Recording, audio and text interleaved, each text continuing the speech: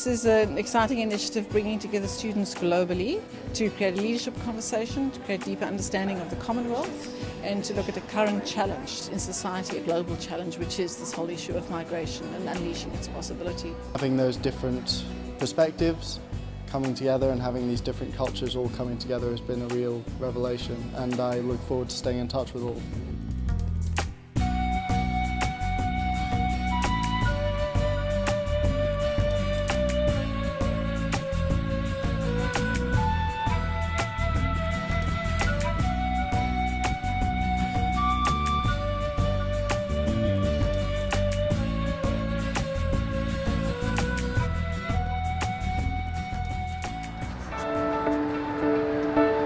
The experience of the visit to the Story Museum. I give a really good understanding about communication and storytelling, how important that is into be able to communicate between communities and making an impact.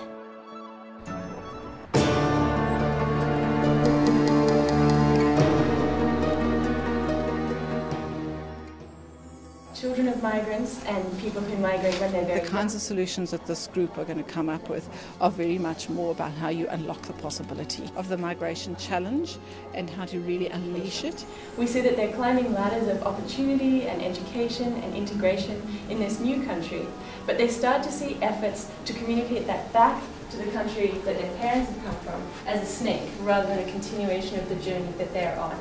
It's the media's responsibility to portray immigrants' contributions as well as their shortcomings. I'm of Indian origin, and I noticed something very peculiar was that even though Oxford is such an international community, all the people from Indian background used to stick together, and all the people from Chinese background stick together. There's very little mixing. South Sudan immigrants that were all over the whole world, Canada, Australia, UK, they were able to participate, help make decisions for their country that they migrated from. That's why we see that South Sudan today is a new country that's aspiring to join the Commonwealth country.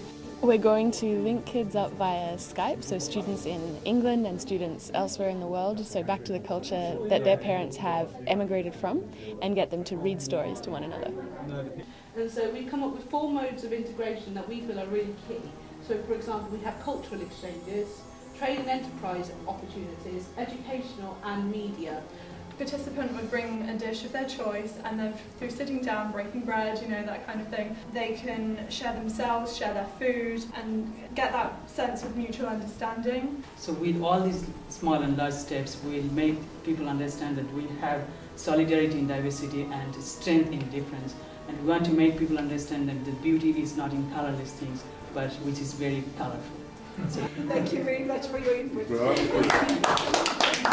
Learn that you don't need powers, and you don't need to have authorities to become a leader. So I'm ready to step up and rise for the challenges.